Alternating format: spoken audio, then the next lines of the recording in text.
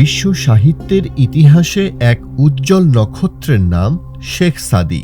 তাঁর সাহিত্য কেবল শৈল্পিক উৎকর্ষের জন্য নয়, বরং মানবতা, নৈতিকতা এবং বাস্তব জীবনের শিক্ষার জন্যও বিখ্যাত।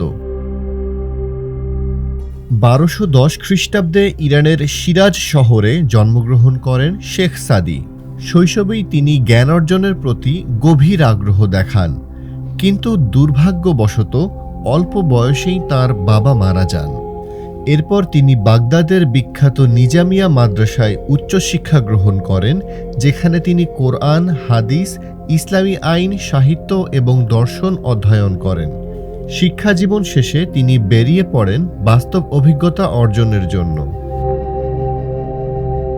শেখ সাদী প্রায় 30 বছর ধরে ভ্রমণ করেন ইরাক, সিরিয়া, আনাতোলিয়া, মিশর, আরব উপদ্বীপ এবং ভারতবর্ষে।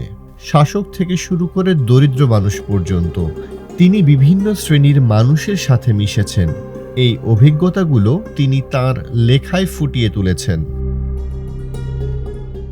শেখ সাদীর সাহিত্য মানবতা, নৈতিকতা এবং বাস্তব জীবনের শিক্ষা দ্বারা পরিপূর্ণ।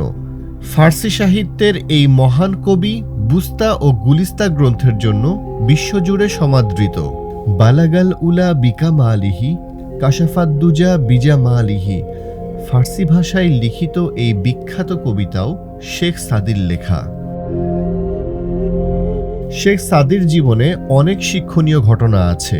তার মধ্যে যেটি সবচেয়ে উল্লেখযোগ্য তা হল, একবার তিনি সাধারণ পোশাকে এক দাওয়াতে গেলে কেউ তাকে সম্মান দেয়নি, কিন্তু যখন তিনি একই অনুষ্ঠানে বিলাসবহুল পোশাক পরে গেলেন তখন রাজকীয় অভ্যর্থনা পেলেন। পরে একই অনুষ্ঠানে রাজকীয় খাবার দাবার তিনি তার জামার পকেটে ভরতে থাকলে সবাই জিজ্ঞেস করল, এ কি করছেন আপনি? তখন তিনি বললেন, মানুষ আমাকে নয়, আমার পোশাককে সম্মান জানিয়েছে, তাই রাজকীয় খাবারও এই পোশাকেরই প্রাপ্য। তিনি সবাইকে শেখালেন মানুষের প্রকৃত মূল্য তার পোশাকে নয়, বরং তার গুণাবলীতে নিহিত।